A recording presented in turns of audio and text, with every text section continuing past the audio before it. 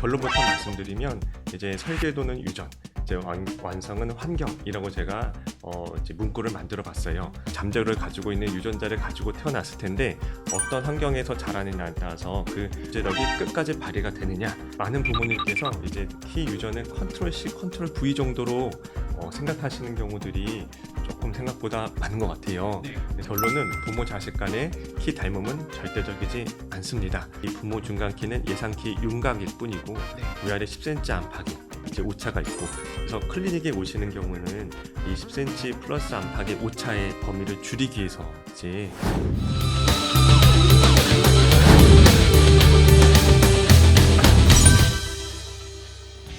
시청자 여러분 안녕하십니까. 다양한 건강 정보를 전해드리는 헬스팩트입니다. 저는 사회를 맡은 조준경 기자입니다. 오늘은 윤종석 원장님의 희성장 마지막 시리즈 키, 유전과 환경에 대해서 이야기를 나눠보도록 하겠습니다. 원장님 안녕하세요. 네, 안녕하십니까.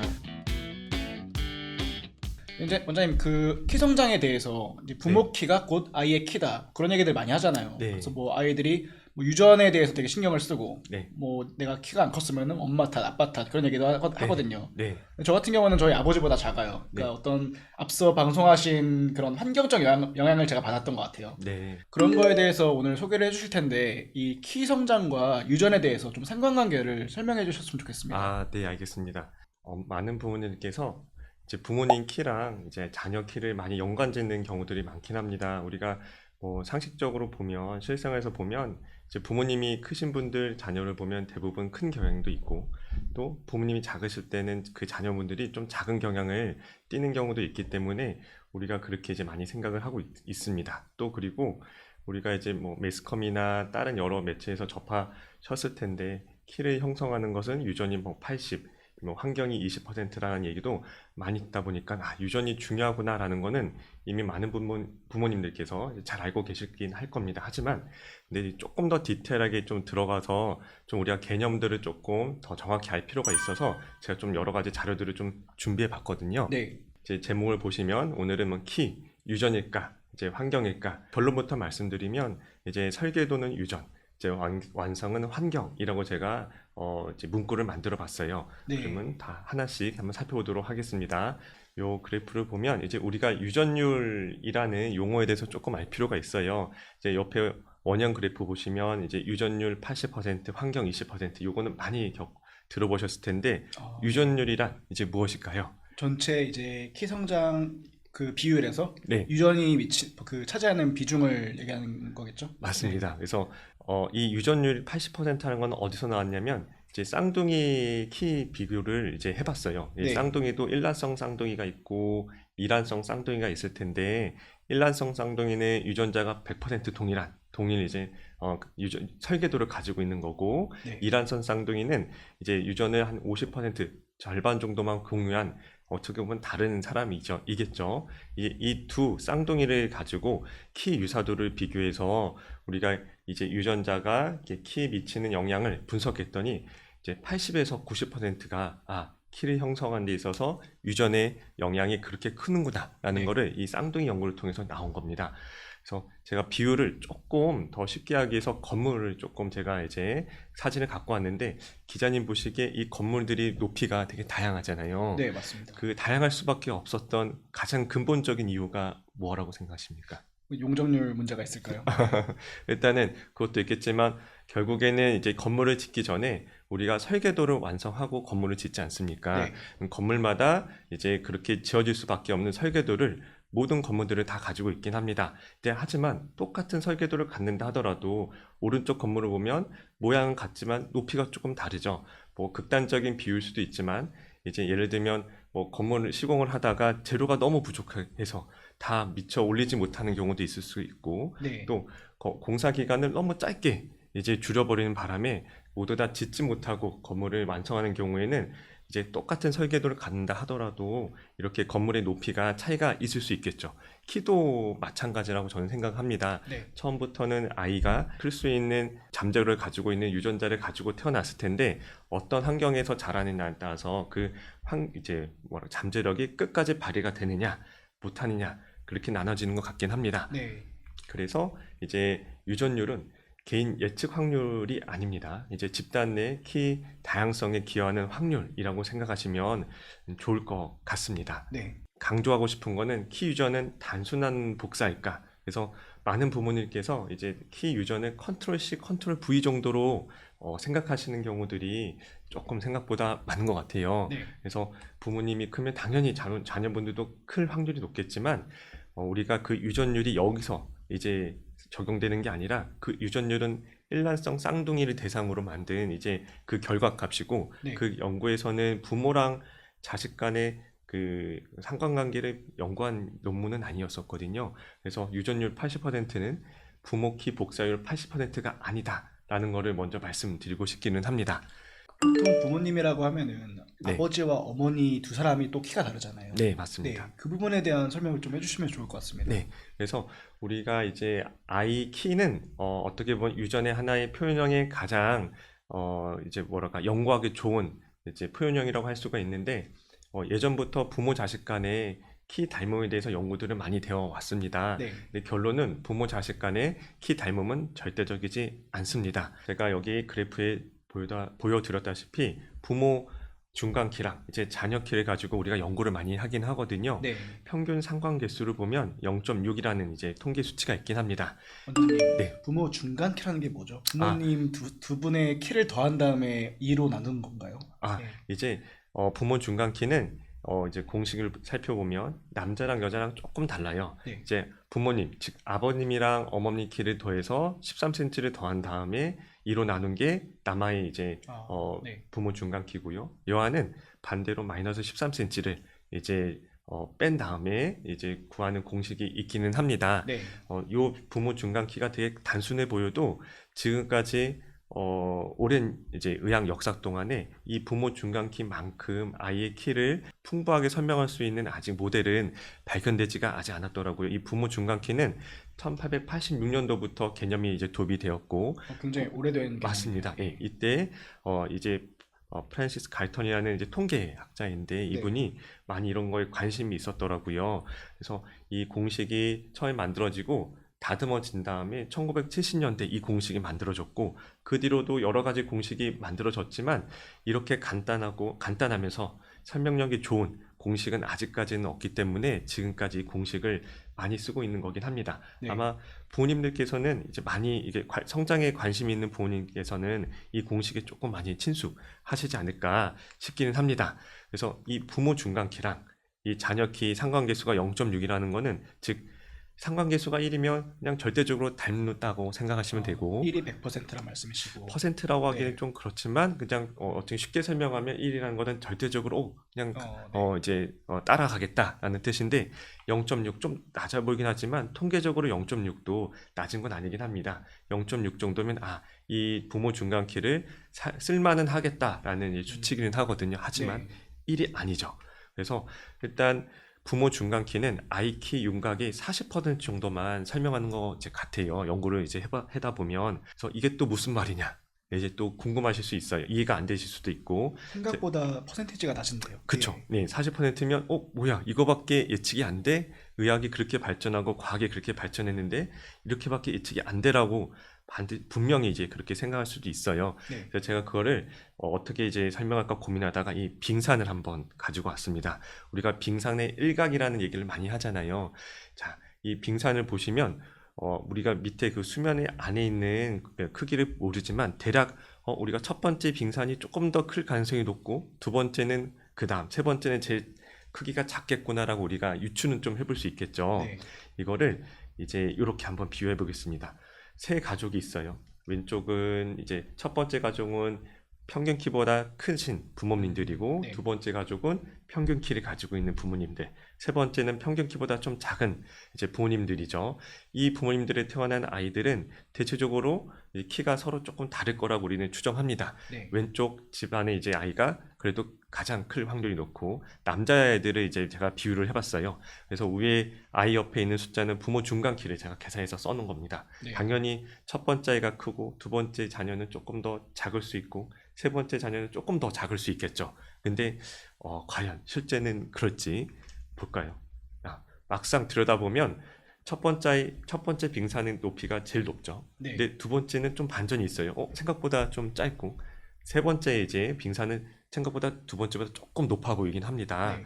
이거를 다시 이제 사람 모형으로 조금 바꿔봤는데 우리가 아까 예상하기로는 첫 번째 부모님, 두 번째 부모님, 세 번째 부모님 순으로 아이가 더 키 순번이 나눠질 줄 알았는데 막상 커보면 첫 번째 아이는 크긴 하지만 두 번째 아이는 세 번째보다 조금 작을 수도 있고 네. 즉 이제 실제 진료실에서 보는 현상은 다 이런 현상이 흔하다고 보시면 되긴 합니다. 원장님 그러면은 제가 네. 지금 그림이 이해가 안 가는데 네. 아래에 있는 사람 중에 네. 중간에 있는 사람이 세 번째 아이인 거죠? 아닙니다.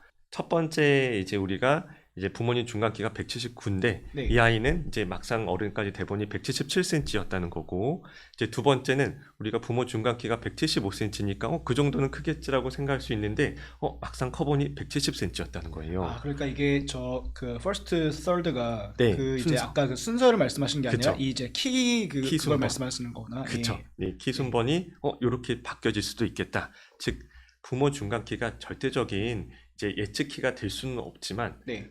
이제 우리가 평균 수치는 이제 제시는 할 수 있다. 그 정도로 이해하시면 될 것 같아요.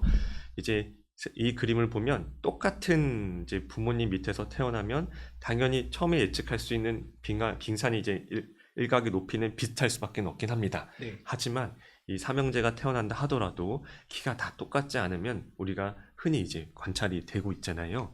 그래서 이제 궁금하실 거예요. 왜 나머지 키 변화에 대해서는 우리가 미리 예측할 수 없을까?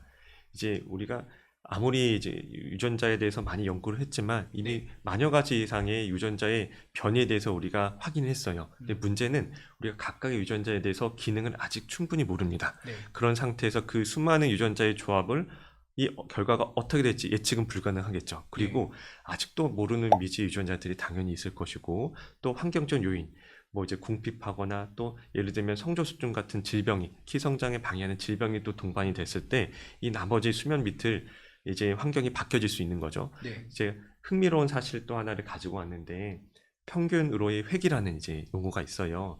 이제 무슨 얘기냐면 유전자가 자손 대대로 물려지게 되면 뭔가 이제 희석하는 그런 효과가 있다는 뜻이긴 합니다. 이것도 무슨 얘기냐? 이제 평균 의로의 획이라는 거는 한마디로 얘기하면 유전의 자연스러운 조정 장치라고 제가 이제 문구를 적어봤어요. 네. 극단적으로 큰 부모의 자녀는 부모님만큼 크지 않고 평균적으로 작아지는 경향을 가지고 있고 극단적으로 작은 부모의 자녀는 부모보다 평균적으로 커지는 경향이 있다는 거 혹시 들어본 적 있으신가요? 저 처음 들어봤습니다. 네, 그래서 이제 이게 아까 1800년대 그때 이제 갈턴이 통계학자가 그때 이제 발견한 이제 현상이긴 합니다. 제가 예시를 한번 들어볼게요.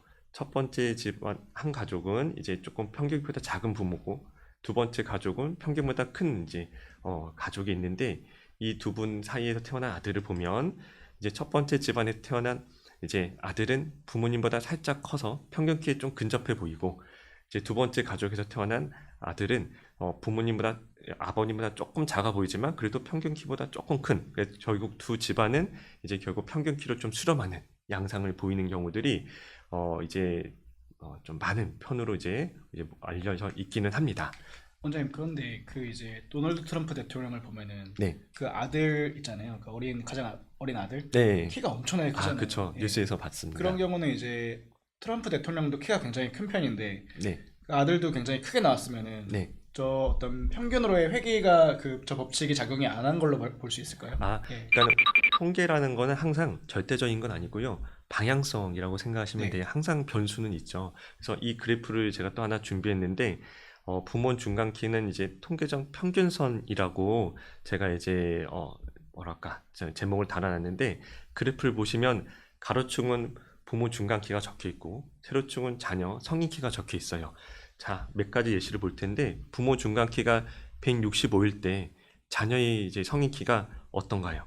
분포가 다양하죠. 네. 165 근처도 있지만 160보다 큰 사람도 있고 많이 작은 사람도 있고 부모 중간 키가 180일 때도 보시면 자녀 키가 180 중반이 넘는 경우도 있고 오히려 170대로 또 떨어지는 경우도 있고 170 밑도 좀 보이기는 하네요.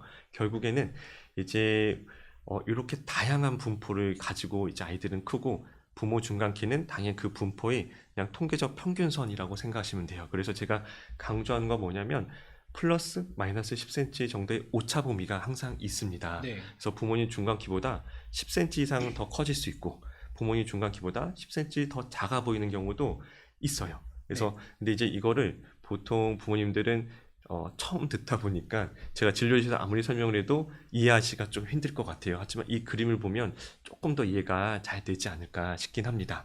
원장님, 그런데 아까 전에 말씀하신 네. 그 미지의 유전자에 대해서도 제가 좀 궁금한 게 있는데 네, 부모님의 키도 사실 네. 그 원래 설계도 그대로 큰 걸로 보지 못할 수도 있잖아요. 아, 그렇죠. 영양이 이제 그 그쵸. 당시에는 좀 부족할 수도 있으니까. 그분들도 어떤 고유의 유전자라는 게 있을 텐데 네, 환경의 요인을 받은 어떤 그 결과물이란 거죠. 부모님들의 키도 네. 그런 게 나중에 또 말씀하신 그 미지의 유전자하고 좀 같은 맥락인가요? 제가 아, 그래서 부모 중간 키를 이제 우리가 생각할 때는 시대적인 배경도 조금 생각을 네. 해요. 왜냐하면 200년 사이에 이제 우리 아이들의 평균 키가 이제 10년 단위로 보면 계속 증가해 왔었거든요. 네. 그래서 일단은 부모 중간 키를 해석할 때는 항상 이제 제가 강조하고 싶은 거는 이 부모 중간 키 값 하나를 자꾸 예상 키로 우리가 생각하시는 경우들이 있어서 그러니까는 부모 중간 키를 해석할 때는 항상 우리가 이제 뭔가 환경적인 요인도 생각을 해야 되고 여러 가지 이제 오차 범위가 있다는 거를 이제 알려드리려고. 그래서 네. 우리가 이제 40%밖에 예측을 못한다는 거는 방금 이제 기자님께서 말씀하신 것처럼 이제 영양이 좋아지면 그거에 따른 예측도 우리가 불가능하잖아요. 어떻게 될지는 모르니까. 그렇죠. 네. 그래서 부모 중간 키를 그래서 제가 설명드리고 싶은 거는 단순하게 생각하기보다는 그렇게 좀 다양한 오차 범위가 있을 수 있다 정도로 생각하시면 좋을 것 같기는 합니다. 그래서 부모 중간 키, 부모님이 생각하시는 거는 요 이제 공식, 단순 공식만 생각하는데 이 부모 중간 키는 예상 키 윤곽일 뿐이고 네. 위아래 10cm 안팎의 이제 오차가 있고 그래서 클리닉에 오시는 경우는 이 10cm 플러스 안팎의 오차의 범위를 줄이기 위해서 이제 오시는 거라고 생각하시면 좋을 것 같아요. 한 가지 또 예시를 드리면 이제 170cm 아버지랑 160cm 어머니 사이에 자녀가 태어나면 이제 딸이 태어나게 되면 이 아이의 부모 중간 키는 159cm. 근데 거기서 플러스 마이너스 그쵸. 10cm라는 말씀이시죠. 맞아요. 네. 저번에 제가 성조숙중 이제 강의할 때 네. 이제 이 아이 150 이 아이 모델이었거든요. 이 아이가 159 안팎으로 클 수 있었던 아이인데 사춘기가 2년 빨리 시작했거든요.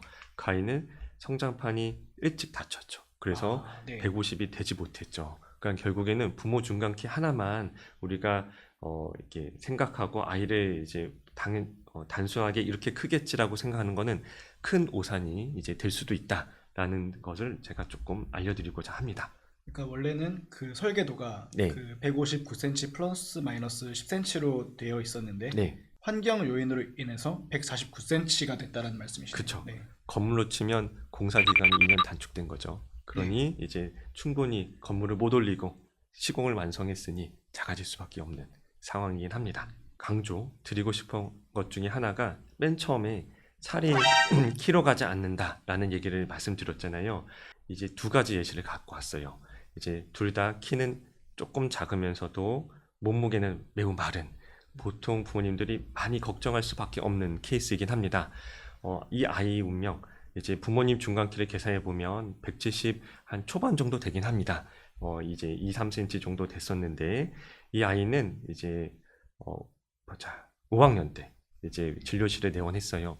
키가 10번째에서 25번째로 중간 키보다 조금 작고 그 다음에 몸무게는 이제 10번째가 좀 되지 않아서 누구나 걱정할 수 있는 케이스인데 이제 진찰을 해보니까 고환이 좀 커져 보였어요. 사춘기가 벌써 네. 시작하나? 근데 이때 시작하는 거는 우리가 성조수증까지는 아니에요. 좀 빠르긴 하지만 그래도 정상적인 범위로 이제 우리가 생각할 수 있는데 어머니께 이제 여쭤봤죠. 혹시 이제 아이가 사춘기가 시작됐는데 최근에 무슨 변화 없었냐? 이제 어머니 하시는 말씀이 우리 아이가 너무 마르니까 주변에서 자꾸 살을 찌우라고 그렇게 잔소리를 한다. 나도 좀 불안하니 밤마다 이제 라면을 먹이고 아이스크림도 먹이고 과자도 먹이고 이제 살을 찌우기 위해서 한 6개월에서 1년 사이 부단히 노력을 했다. 이제 제가 또 살이 키로 가지 않는다는 것에 대해서 또 막 열변을 제가 또 토로를 했죠. 근데 이제 잘 받아들이기 어려워하시더라고요. 그래서 일단은 이제 아이가 성장판을 찍어 보니까 뼈 나이가 이제 어려요. 일단 뼈 나이로 환산하면 키가 중간 키도 나중에 될 수 있겠구나. 그러면 170 중반 가까이니까 부모님 중간 키 일단 가까이는 클 수 있어 보이는데 이제 변수가 생겼죠. 이제 신체 나이가 어리면 사춘기가 늦게 왔어야 되는데 반대로 조금 빨리 왔어요. 이 아이는 지금은 뼈는 어리지만 나중에는 빨라지겠구나. 그러면 우리가 부모 중간 키보다 작아질 수밖에 없겠구나. 이렇게 설명을 하고 일단 체지방 조절, 그러니까 잘 먹이시되 빈번한 혈당을 높이는 식단을 피해라. 라고 이제 말씀을 드리고 또 이제 거의 1년 뒤에 다시 추적 관찰했죠. 이제 고환이 더 커져서 왔어요. 아직은 뼈는 다행히 그렇게 막 빨라 보이진 않는데 그 다음 걸 보면 이제 세 번째 방문했을 때는 드디어 이제 뼈 성장판이 이제 만 나이에 근접해 보이는 게 이제 간격이 좀 좁아졌잖아요. 그리고 체중이 순번이 좀 높아지는 게 관찰이 됐습니다. 계속 이제 그 잘 먹이시는 거를 멈추지는 않으신 거죠.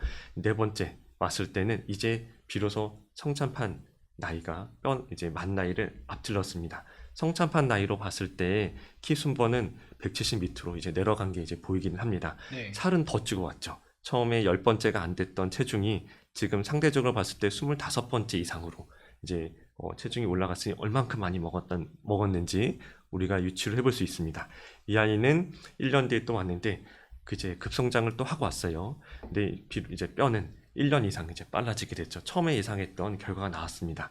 이제 뼈 나이가 이제 15살 가까이 이제 됐는데 이렇게 되면 남자애들은 거의 성장이 이제 꺾이는 그래프에서 보면 지금 꺾이는 초입에 들어가 있잖아요. 네. 그러면 이제 어머니 입장은 어떠냐면 우리가 이렇게 살을 찌워서 2년 동안에 이렇게 잘 컸구나 엄청 만족해 하세요. 네. 근데 저는 어떻게 보면 이병헌 씨 이제 밈 있잖아요. 안 돼 하는 거 있잖아요. 네. 네, 이제 그런 머릿속에 그게 딱 떠올라거든요. 이제 이거를 이해시키는 게 그렇게 힘들구나. 이제 이 아이는 이제 지금까지 잘 컸지만 앞으로는 다음에 올 때는 성장 속도가 좀 줄어들 수밖에 없을 거예요. 말씀을 드리고 그 다음에 이제 또 1년 뒤에 오면 이제 성장 속도가 꺾이고 있음을 이제 보여드리면 이제 알 수 있습니다.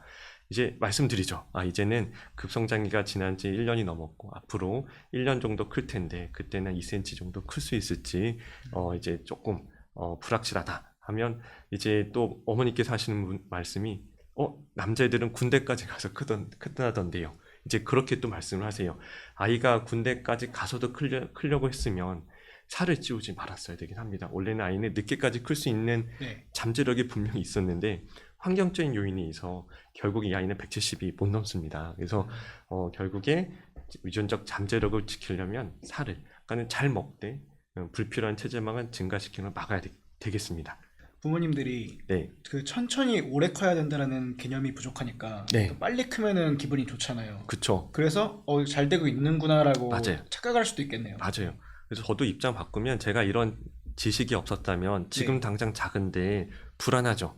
그러니까 좀 더 우리 아이가 컸으면 바람했는데 살은 말랐지. 그러니까 주변에서 100이면 100 다 그런 얘기를 하니까 내가 뭔가 잘못하는 건 아닌가? 내가 이때 먹이지 않으면 나중에 아이가 못 크면 내 책임이 아닌가? 네. 그런 생각이 가장은 할 거예요. 근데 과학적으로 보면 그렇지는 않습니다. 결론은 이제 그 다음에 왔을 때는 뼈가 거의 다치고 키는 거의 크지 않은 이제 것을 확인할 수 있었습니다. 저기 우측 상단에 네. 가장 이제 우측 상단 빨간색, 파란색이 네, 이 뭐라고 해야 될까요? 일자로 가고 있죠. 그 일자로 가고 있는 네, 게 그러면 이제 더 이상 성장이 이제 끝난다는 네, 그쵸. 말씀이시죠? 네, 멈췄다는 뜻이긴 합니다. 저 이제 손 사진 같은데 네, 보통 이제 손을 통해서 성장판이 닫혔는지 유무를 분석을 하시나요? 맞습니다. 우리가 국제적으로 네. 왼손 성장판을 보고 이제 성장판 나이를 우리가 읽습니다. 보통 이제 무릎으로들 알고 있는데 좀 네. 잘못된 그쵸. 그 정보네요, 그것도. 무릎도 성장판이 있지만 네. 우리가 이 성장판이 이제 왼손을 보면 뼈가 이제 20개 이상 되게 많아요. 이 많은 성장판의 개수를 통해서 우리가 그만큼 더 정확한 이제 우리 성장판 나이를 평가할 수 있겠죠. 무릎은 하나의 성장판밖에 없기 때문에 그걸로 우리가 키를 예측하는 거는 불가능하다고 생각하시면 됩니다. 그러면 옛날에 무슨 성장판 자극 운동이라 그래가지고 네. 농구나 배구 많이 시키잖아요. 네. 그러면 사실은 왼손을 더 자극시켜야 되는 게 맞는 거 아닌가요? 그러니까 성장판은 이제 우리가 클 수 있는 거는 척추, 골반, 이제 네. 다리. 보통 이제 진료실에 있다 오면 손가락에 골절이 됐는데 성장판이 조금 다친 것 같아요. 걱정하시더라고요. 네. 손가락은 손가락일 뿐이지 키랑은 관련 없긴 합니다. 네. 이제 우리가 근데 손을 왜 우리가 중점을 하느냐? 우리가 전반적으로 보면 성장판이 닫히는 속도가 조금은 다를 수 있지만 서로 비슷하긴 하거든요. 네. 그래서 왼손이 어느 정도 이제 닫히게 되면 전반적으로 나머지 이제 몸통에 있는 뼈들도 거의 이제 어느 정도 닫혔다는 거를 추정을 해볼 수 있긴 합니다. 그래서 이제 우리가 왼손으로 이제 성장판을 찍고 평가한다 생각하시면 좋을 것 같아요. 네. 이제 다음은 이제 좋은 케이스입니다. 3학년 여자인데 이 아이는 똑같아요. 키가 이제 10번째 살짝 넘는 작은 키고 몸무게는 저체중에 거의 가깝긴 합니다. 네. 그래서 이 아이는 부모 중간 키가 한 158 정도예요. 지금 순번으로 보면 조금 어려울 수도 있어요. 하지만 성장판을 찍어봤더니 성장판도 1년 이상 어리기 때문에 아이는 초경을 또래보다 늦게 할 가능성이 높고 이제 그렇기 때문에 160 이상도 가능할 것 같은데요. 이제 말씀을 드리죠. 다만 높아심에 지금 말랐는데 절대 살을 찌우면 안 된다. 걱정하지 마시라. 아이는 이제 영양 상태도 큰 문제 없고 이제 잘 먹이시되 살을 찌우기 위해서 먹이시면 안 된다. 제가 엄청 잔소리를 합니다. 이 어머니는 다행히 제가 하는 의도를 잘 알아들으셨어요. 그래서 추적 관찰을 해보면 이 아이는 체중은 그렇게 늘지 않으면서 이제 키는 자기 곡선 따라서 잘 크고 있죠. 뼈 나이도 계속 1년 어린 상태를 유지하고 있고요. 이 아이는 이제 사춘기가 10살 후반, 그러니까 4학년 2학기 또래보다 늦게 이제 가슴 발달이 시작이 됐어요. 네. 그러면 이 아이는 160 이상 될 수 있겠다. 확신할 수 있죠. 왜냐하면 이제 보시면 만 13세 안팎이 되면 보통 여자애들이 성장이 꺾이거든요. 근데 이 여자애는 13세 이후로 치고 나가는 게 보이죠. 네. 이 아이는 결국에는 남들이 성장이 꺾일 때 그때 성장을 치고 나가고 초경도 이제 중2 말에 했을 거예요. 그러다 보니까 남들보다 더 오래 클 수밖에 없었고 네. 그래서 남들이 안 클 때 계속 크고 있으니 결국에는 이제 최종 성인 키는 163, 4로 된 걸로 제가 기억하고 있긴 합니다. 저게 1년 격차일까요? 네, 뼈 나이가 1년에서 1년 반 정도 나중에 조금 어렸었어요. 그러니까 결국에는 남들보다 1년 반 정도로 더 클 수 있으니까 네. 결국에는 키가 부모님 중간 키를 넘어서 대한민국 여성분 평균 키를 넘어서까지 클 수 있었던 거죠. 이 아이는 이제 부모님 중간 키가 158이니까 168부터 148 사이로 크고 작을 수 있는 확률이 있는데 이 아이는 설계도대로 잘 이제 자기 잠재력을 충분히 발휘한 케이스라고 생각이 됩니다. 만약에 이 아이가 앞선 아이처럼 살이 찌었다면 그때는 이렇게 클 수는 없을 거고 남들이 초경할 때 같이 초경하는 건 문제는 없지만 네. 그렇게 되면 160이 넘기는 조금 힘들었겠죠. 155에서 8 사이로 성장을 아마 마무리했을 겁니다. 이렇듯이 이제 우리가 설계도는 가지고 있지만 그 설계도를 어떻게 발휘할지는 환경에 따라서 이렇게 또 좌지우지가 될 수 있다라고 생각하시면 좋을 것 같아요. 이제 마지막으로는 이제 유전은 설계도, 환경은 시공사. 이제 이거를 정리해 보자면 아이의 성장을 이끌려면 이제 부모보다 아이 자체를 이해해 주셔야 되긴 합니다. 네. 그래서 이제 보통은 만 4살 정도 되면 아이의 어떤 가능성이 좀 보이기는 하거든요. 그래서 이제 부모랑 반드시 시켜서 생각하지 마시고 아이가 어떤 설계도를 가지고 태어났는지를 먼저 확인을 해보고 이제 그 설계도를 파악하고 그 설계도의 가능성을 최대한 높이려면 우리가 신경을 써야겠죠.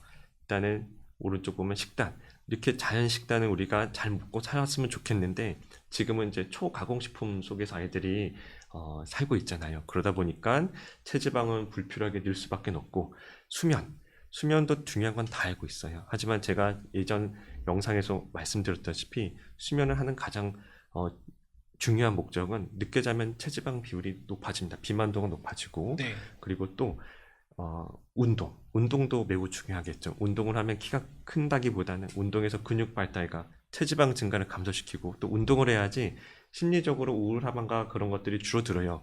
우울하면 당연히 또 단 게 땡기겠죠. 그러면 또 단 거를 먹고 결국에는 이런 모든 환경들이 다 체지방을 잘 늘릴 수밖에 없는 환경 속에 아이가 살고 있고 그러다 보니까 이제 건강해야 되는데 건강하지 못하고 사춘기가 빨리 오거나 이제 그런 이제 비만도가 높아져서 뼈가 또 빨리 다친다거나 이제 그렇게 돼서 우리가 잠재력을 발휘하지 못하는 경우들을 너무나 많이 이제 진료실에서 보고 있습니다. 그래서 제가 이제 말씀드린 내용이 부모님께 좀 와닿았으면 좋겠는데 어떻게 되는지 참 궁금하긴 합니다. 이렇게 윤종서 원장님의 키성장 시리즈 대단원이 마무리가 됐습니다. 부모 키 유전과 자녀의 키가 상관관계는 있지만은 그것보다 더 중요한 게 이 주변의 환경 그런 요인들을 잘 분석을 해가지고 성조숙증, 비만을 막아야 된다는 말씀을 앞에서부터 지속적으로 해오셨습니다. 시청자 여러분 감사합니다.